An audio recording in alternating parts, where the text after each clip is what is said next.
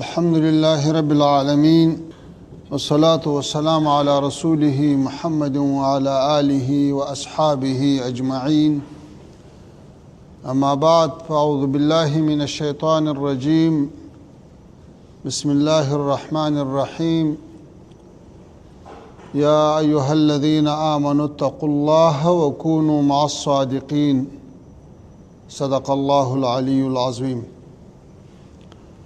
لهر څه نه مخکې په نوي ډیلي کې د افغانستان په سفارت کې راغلیو درنو هیوادوالو تاسو ته هرکلی وایو او خوشحاله یو او افتخار کوو د تاسو په لیدو باندې چې الله تعالی له ډېره وخته بعد په یو داسې ځای کې سره یو ځای کړو. نن د موږ تاسې دپاره د ویاړ ځای ده چې په همدې مجلس کې که کارګر ده، که تجار ده، که انجینر ده، که پروفیسر ده، که ملا ده، که طالب ده او که د موږ تاسې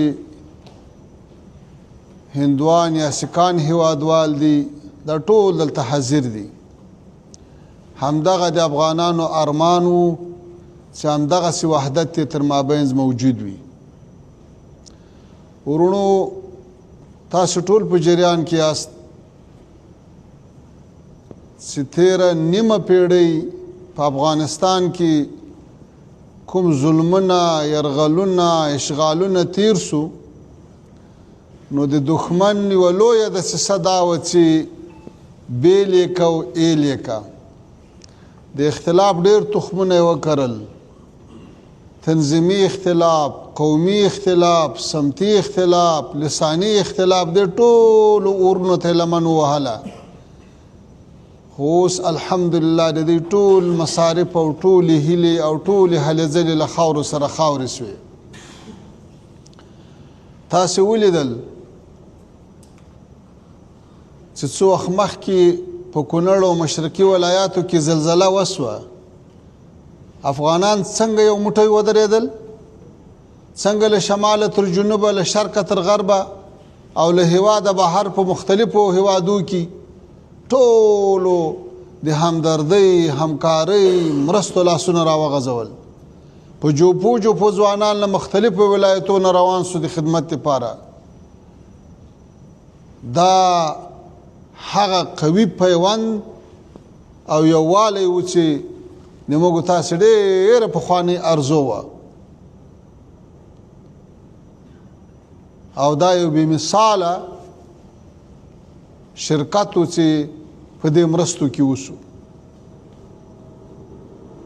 بیا به تاسو پرون او بله ورځ یا دا څو ورځې اورېدلي وي یا به م لیدلي وي چې همسایه د موږ حرم نقص کو. په مقابل کې ولیدل چې ټول افغانان څنګه یو موټی ودرېدل، په داخل او خارج کې د هیواد په هره برخه کې داسې متحد ودرېدل، داسې بنیان مرصوص، داسې قوي اراده او داسې یو د بل ملاتړ څرګند سو چې دنیا یې هم حیران کړه، مقابل لورې هم حیران کو او د موږ تاسې نسلونو ته بیا یو نوی درس او یو نوی فکر ورکو چې افغانان که په خپل مابینځ کې ګیلې لري خو د نورو په مقابل کې بیا سره یو دي، بیا یو موټی دي، بیا یو عزم ده، بیا یوه اراده ده، بیا سره ورونه دي.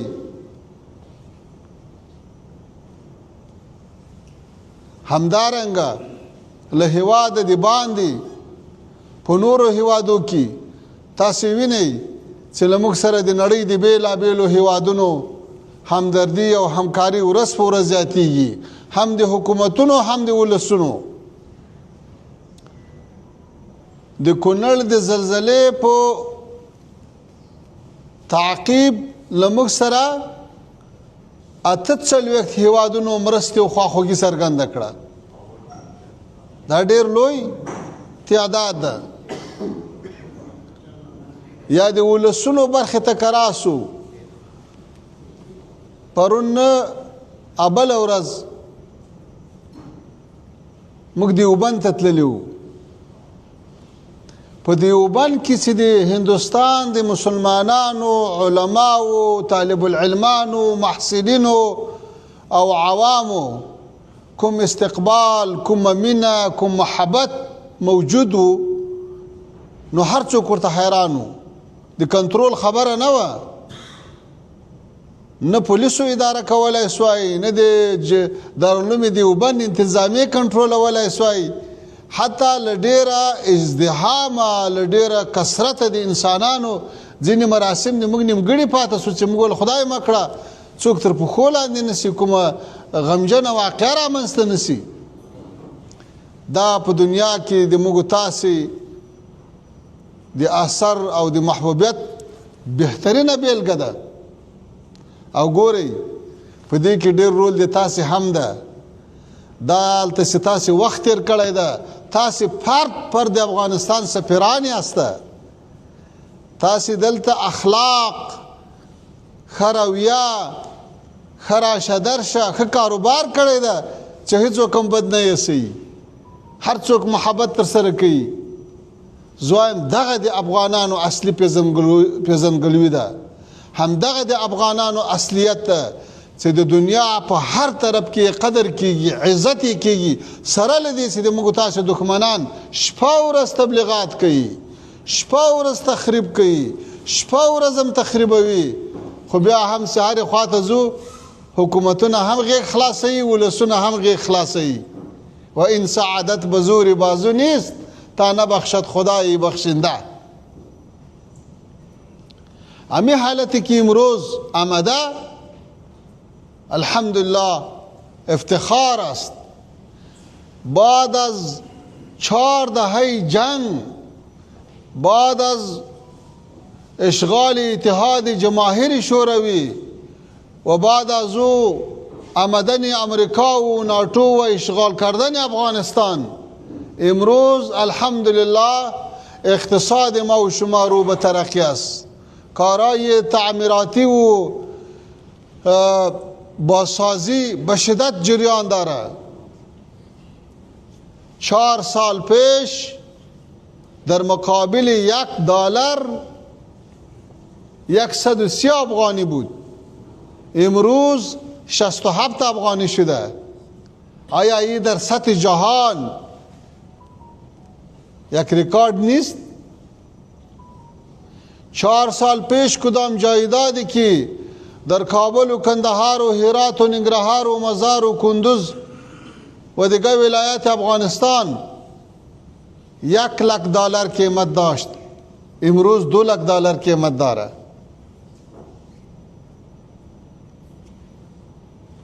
بینمی امکاناتی که بسیار کم هست. 4 سال پیش بودجه افغانستان 70% از بیرون تمویل می شد. از 4 تا 6 میلیارد دلار از بیرون به بودجه افغانستان داخل می شد، ولی امروز $1 هم امرای حکومت فعلی از بیرون کمک نمیشه. تماما بودجه از عواید خود جور میشه و مصرف میشه، چی عادی بودجه باشه چی انکشافی باشه. کارهای بزرگ مثل سرک کابل و کندهار که حدود 500 کیلومتر میشه، از سر نو از پل تا پلچک همه از سر نو جور شده. آلی خط دوم هم کارش شروع است. کانال کوشتیپه که قریب 300 کیلومتر طول داره و یک آرمان دیرینه مردم افغانستان بود، امروز الحمدلله بسیار کلان حصهش انجام شده و باقی کار جریان داره. همداسې ورونو نور پروژه لنن 4 کاله مخته په 2000 کال کې په افغانستان کې 3,500 فابریکې او کارخانې فعاله وې، نن تعداد تر 6,000 اوړي. نن افغانستان په ډېرو قلمونو کې خودکفا ده. 4 کاله مخته موږ تاسې په 18 قلمه جنس کې خودکفا وو چې خپل تولید هم لارو. نن تر 200 قلمه اوښتې ده. دا ډېر ښه پرمختګ ده. صادرات هم زیات شوي دي، حتی واردات هم په دې معنا زیات شوي دي چې قوت خرید زیات شوی ده.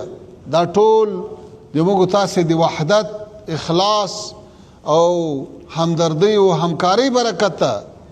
اسلامي امارت چې کله حاکم سو هر چاته زمینه مساعده کړه، هغه که تجار وو، که ټیکهدار وو، که له تیر رژیم یا بل چا سره کار کړی وو، که نه وو کړی، ټولو ته یې زمینه مساعده کړه. نن الحمدلله په افغانستان کې دومره پراخي ده چې د سیمې په شاوخوا هیوادو کې به دغومره ارزاني او پراخي د اولي موادو نه وي. همدارنګه ورونو دغه تحول چې اوس راغلی ده، زه بې اساس او بې سنده خبرې تاسو ته نه کوم. دا ټولې رسنۍ، دا ټوله دنیا په دې نه ده ګویا چې په افغانستان کې 40 لکه ځوانان په نشو اخته سوي وو. افغانستان د نړۍ په سطح د نشهیي موادو د تولید اول نمبر هیواد و. نن الحمدلله د نشهیي موادو کښت 0 سو. نن موږ تر 1,20,000 زیات معتادین تداوي کړو، نه تنها تداوي بلکې کسب و کار هم ورزده کو. په هغه نورو باندې چې نشهیي مواد بند سو، هغه خود به خوده جوړ سو. دا څومره لویه فتنه وه، څومره خانې ورباندې خرابېدلې. د یو ډېر درانه سنګینه خاندان ځوان به و، هغه به په نشه اخته سو، هغه به د خلکو چپلکې و بوټونه غلا کول، څومره بدنامي به وه. له همدې نشو نه به بالاخره مرګ سو. نن الحمدلله افغانستان له نشیانو پاک سو. هر ډول اخلاقي فساد مخه ونیول سوه. نر نسته چې په ټول افغانستان کې د یو څاڅکی شراب ښکاره کړي یا دې وخوري. نر نسته چې د زنا خبره دې وکړي یا دې ښکاره کړي، یا د سړکو ته راوځي غلا دې وکړي. هېڅ زورواکی نسته چې په نورو بدماشي وکړي او ځان زورور وبولي او نور کمزوري وبولي. عدل ده، حکومت ده، نظام ده، قوانین دي، محاکم دي، هر څوک کولی شي چې ورسې خپل عرایض ورته وړاندې کړي. دلته د موږ تاسې هندوان او سکان هیوادوال حضور لري، د دوی په جایدادونو باندې خلکو قبضې کړې وې. اوس هر څوک ورتلای شي خپل جایداد ترلاسه کولی شي. همدغه د افغانستان د ولس تاریخي اخلاقو دغه سرون تاریخي و چې اوس الحمدلله بیرته راګرځي. بله خبره ورونو، افغانستان تاسو ته معلومیږي چې د مرکزي اسیا او جنوبي اسیا تر مابین د وصل و نقطه ده، د اتصال او د ترانزیت او د تجارت مرکز ده. خو متاسفانه چې په تیرو څو لسیزو کې افغانستان د لویو قدرتونو تر مابین د جګړې ډګر و، د جګړې خط و. مرکزي و جنوبي اسیا سره پرې کړي وو. نن بیرته زمینه د دې مساعده ده چې جنوبي و مرکزي اسیا د افغانستان له لارې سره وصل شي. موږ تاسې د ټولې سیمې په اقتصاد کې ښه رول ولرو، د دوی په نزدېکت کې ښه رول ولرو، له دوی سره په بېلابېلو ډګرونو کې همکار واوسو. نن لوی لوی پروژې چې د کلونو کلونو ارمانو د افغانانو، د نړیوالو، د سیمې د هیوادونو او ولاړې وې اوس شروع دي. هغه لویه ټاپي پروژه چې له ترکمنستان نه به ګاز راځي د افغانستان له لارې پاکستان او هندوستان ته، هغه اوس عملا شروع ده. 14-15 کیلومتره پایپلاین په افغانستان کې لوېدلی ده، 15-16 کیلومتره ورته لار جوړه سوې ده او په شدت سره کار روان ده. کاسازر ډېره لویه پروژه د برق ده چې له قرغیزستان نه راځي، په تاجکستان په افغانستان تېرېږي، پاکستان ته ځي، اوس عملا کار شروع ده. د ترانس افغان د اورګاډي خورا مهمه پروژه چې مرکزي او جنوبي اسیا سره نښلوي، هغه تاسې ولیده چې عملا یې د امکان سنجي قرارداد لاسلیک سو. همداسې په نورو برخو کې موږ تاسې الحمدلله ښې لاسته راوړنې لرو، ښه پرمختګونه لرو.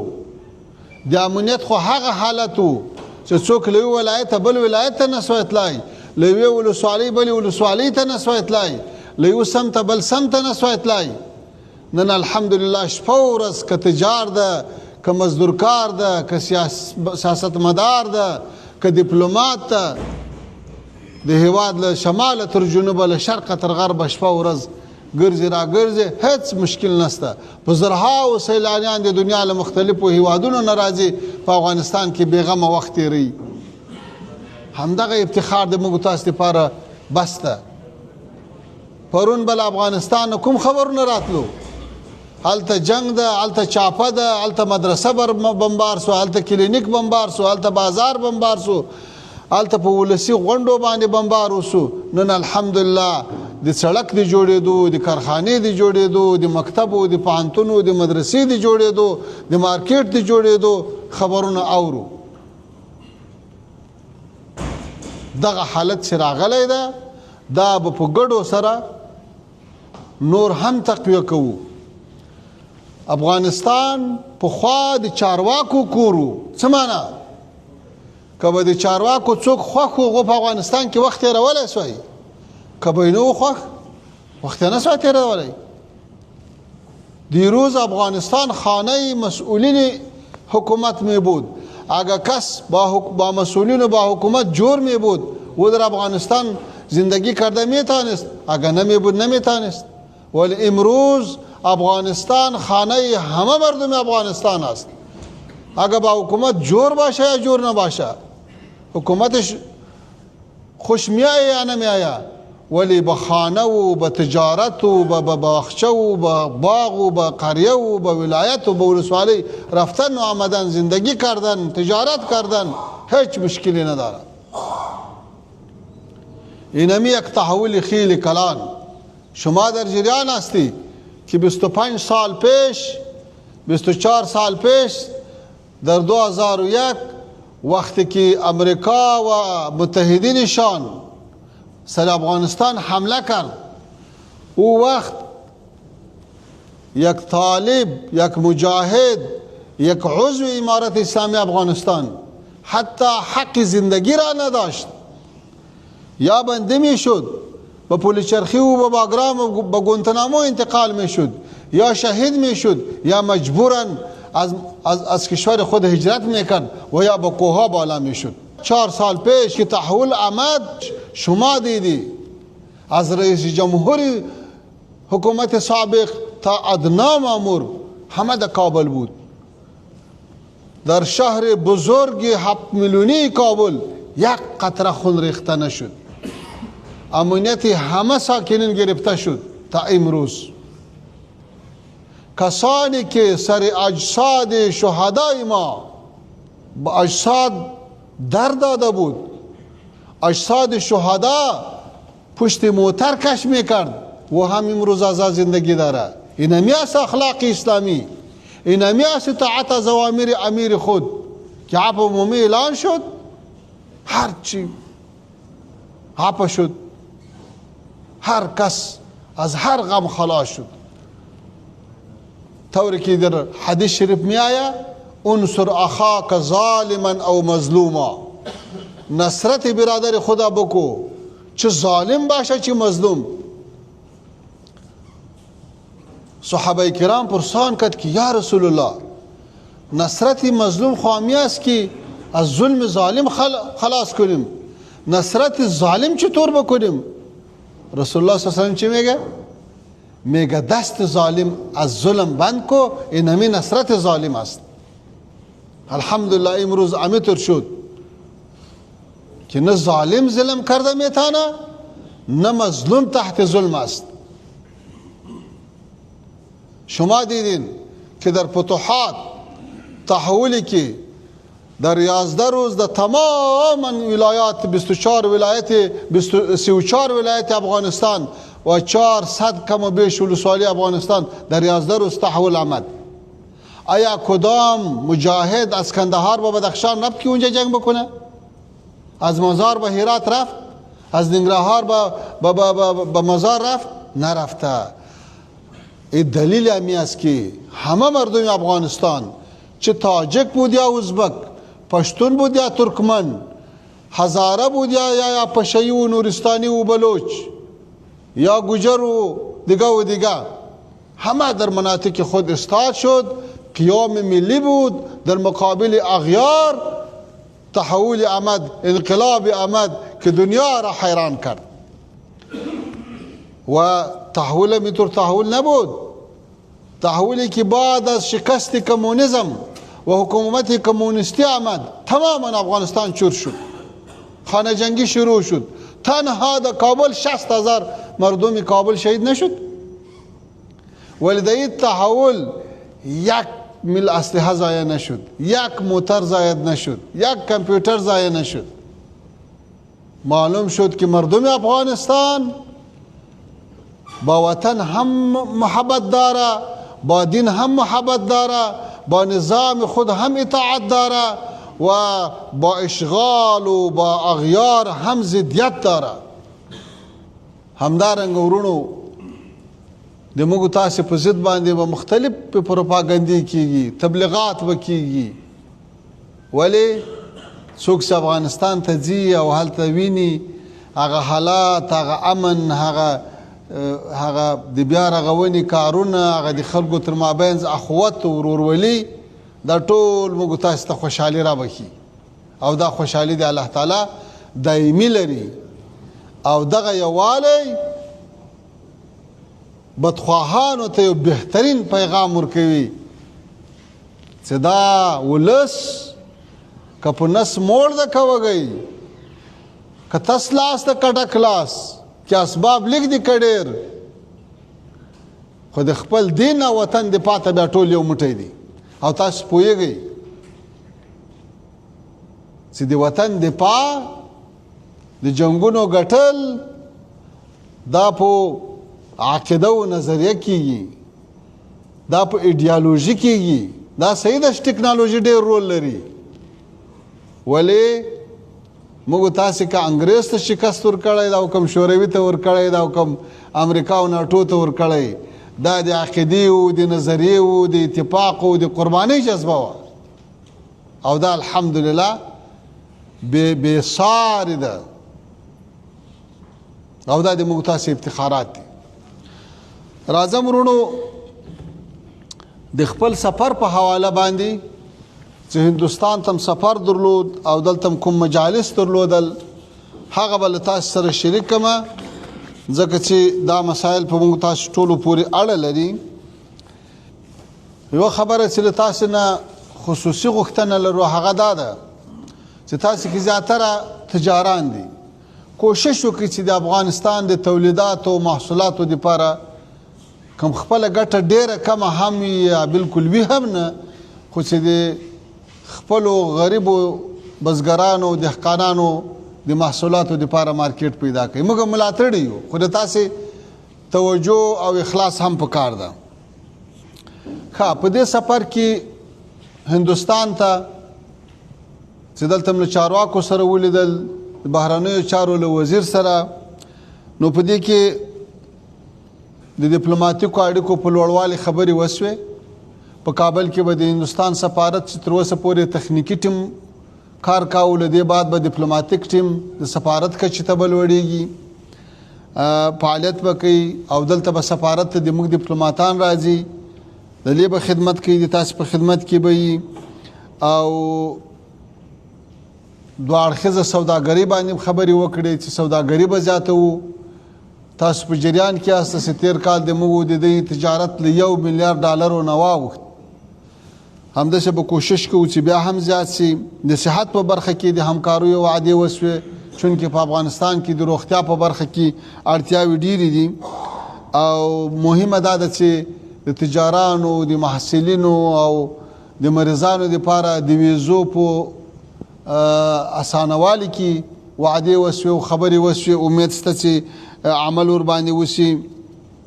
همدارنګه د سوداګرۍ په برخه کې چې موږ تاسو کومې ستونزې لرو، دغو ستونزو په برخه کې که د افغانستان لوري ته وي که د هندوستان لوري ته، په ګډه به کار کوو چې ستونزې راکمې شي، سهولتونه زیات شي او موانع له منځه ولاړ شي. او فیصله مو وکړه چې د تجارت په برخه کې یوه ګډه کمیټه سره جوړه کړو. هغه کمیټه به کار کوي چې تجارت ته وده ورکړي او د تجارت او د تجارانو په منځ کې مخکې چې کوم خنډونه وي هغه له منځه یوسي. او فلحال تاسو پوهیږئ چې د پاکستان او د هندوستان تر مابین هم اړیکې ښې نه دي او د موږ تاسې مځکنۍ لارې له ستونزو سره مخ دي. نو فیصله وسوه چې هوایي دهلیزونو په برخه کې به سهولتونه رامنځته کوو، کوشش وکړو چې کارګو زیاته سي، غټې غټې تیارې پیدا سي او د هغو لکه اوس هم الحمدلله کارګو زیاته سوې ده، زیات مالونه راځي، ولې دې ته به خصوصي کار کیږي چې دغه سلسله نوره هم پراخه سي تر څو د موږ تاسې مالونه اسانه او ارزانه د هندوستان مارکیټ ته راورسیږي. له دې نه هم دا غوښتنه م وکړه چې په کارګو تیارو باندې فیسونه کم کړي، موږ به هغه لوري ته کم کړو د ګراوند هنډلینګ او د نورو برخو. او دغسې د کابل هم امرتسر کندهار دهلی، بمبئی کابل او بمبئی کندهار ترمنځ د مستقیمو کارګو پروازو د پیلولو غوښتنه م وکړه. په دې باندې به کار کوو انشاءالله چې د دوی لخوا په دې برخه کې د ښې همکارۍ وعده وسوه. همدارنګه به وړاندیز وکړو چې ځینې هندي هوایي شرکتونه شته چې هغه په دې برخه کې راوړاندې سي او د صادراتو وارداتو په برخه کې د افغانستان له هوایي شرکتونو سره ګډ کار وکړي او د سوداګرو د پیسو د انتقال دپاره د بانکي رابطې دپاره هم خبرې وشوې چې انشاءالله په راتلونکي کې به نور کار هم ورباندې کیږي. د یو میکانیزم له مخې به په دې برخه کې هم سهولت رامنځته کیږي او افغانستان تاسو ته معلومیږي چې د دوا او درملو او ځینو نورو صنعتي اموالو او کارخانو ته ضرورت لري چې په دې برخه کې د هند حکومت ته د پانګونې بلنه ورکړه سوه. همدارنګه د مسلکي کسانو د استخدام او تاسو پوهیږئ چې تجارت تر اوسه پورې ډیر ښه روان و، له دې بعد به هم د ښه کېدو کوشش کوو. د واګا بندر د خلاصېدو دپاره مو هم دا خبره وکړه چې هلې ځلې به کوو تر څو دغه تشنج راکم سي او دغه نږدې او اسانه او ښه لاره بیرته خلاصه سي. په دې کار باندې هم اخته یو. د چابهار بندر دوه اړخه لري، یو سهولتونه غواړي او یو د امریکا د متحده ایالاتو له لوري د بندیزونو مسله ده. فیصله دا وسوه چې دواړه لوري به د امریکا له حکومت سره په خپلو مجالسو کې دا خبره یادوو، له هغوی سره به هم خبرې کوو او د سهولتونو د رامنځته کولو په برخه کې به هم کار کوو. د ویزو د مشکل په حلولو کې دوی څه قدمونه اخیستې دي، امید شته چې نور هم په دې برخه کې پرمختګ وسي او ډېر امید لرو چې انشاءالله راتلونکي کې به راشه درشه زیاته سي. مهمه دا ده چې اړیکې وغوړېږي، سفارتي اړیکې وغوړېږي او راشه درشه ډېره سي، نو به نورو برخو کې زمینه مساعده سي. د تاسې له توجه نه ډېره مننه کوم، د تاسې په لیدو ډېر خوشحاله یم. که کوم دروند ګډونوال کوم سوال و پوښتنه لري مهربانی وکړئ، زم په خدمت کې یم. یک موضوع زیادی ما رفته، ما امینجا در هندوستان بندیا داریم، بعضی در بندیخانه ها هست و بعضی هم از بندیخانه ها بیرون است ولی از کشور رفته نمیتونه. در این باره هم با وزیر صاحب خارجه صحبت کردیم، وعده کرد که در این باره کار میکنیم که امی مشکل هم حل شود. در بعد ولایت اوسیدونکی ننګرهار د ولایت اته کاله مې بندیم په هندوستان کې، شپږ کاله په جیل کې تېر کړي دي او 2 کاله مې تېر کړي دي. د روپۍ درک مې نشته، د ډوډۍ درک مې نشته، د کوټې درک مې نشته. افغانان اصلا له کومه کوي او نور افغانان در بدرې خالي ډوډۍ په بوټانو کې مزدوران دي خواران. نو زړه تکلیف مې دی، شکر مې دی او دغه د فشار مې دی. بیخي د ژوند د وتلې چې خدای ستانه ته توجه ده چې په ژوند باندې وایي خپل بچی ته ورسېږم دا مړه دلته مړ نشم دلته. موږ به ډېر کوشش وکړو انشاءالله، ډېر کوشش وکړو. خصوصي وطن مې کړی دی د تاسې د ازادولو د اړولو، نو که خدای کولی زمینه ومساعده شي. صحیح دی انشاءالله؟ نوم مې څه ولیک سره کړ، نوم مې ځان سره ولیک.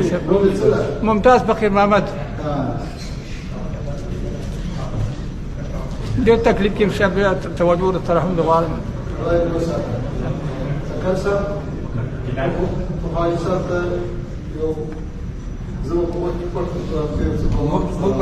نو مننه کوم د تارار مرګرونه چې وخت مو راکړ، تاسو نه مننه کوم چې مو ټیم راکړه.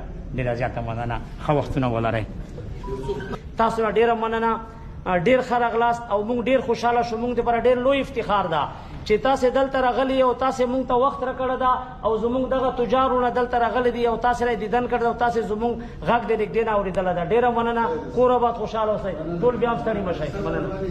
ستړی مه شه، ډېر ښه راغلی او ډېر ښه کار وشو چې ته راغلې، مونږ ولیدلې او دا ستا تاریخ ډېر الله پاک لوړ کړه او نور یې خدای پیاوړی لره. او دا د دیوبند کار دی، دا یو بل تاریخ شو. دلته ډېر سفیران وزیران مالدلي چې راغلي دي ښه خپل شخصي عملونه یې کړي دي، د وطن لپاره خدمت نه دی کړی. او دا د امارت پر راتلو زه خپله دغونه خوشحاله یم، په جامو کې نه ځایږم. مسلمان خو الحمدلله ټول یو، خدای دې موږ او تاسو په مؤمنانو کې حساب کړي. او ډېره ښه ده، خدای مادي آخر زمانه ده آغاز موږ او تاسې برحاله لري دا حکومت په اتفاق په اتحاد.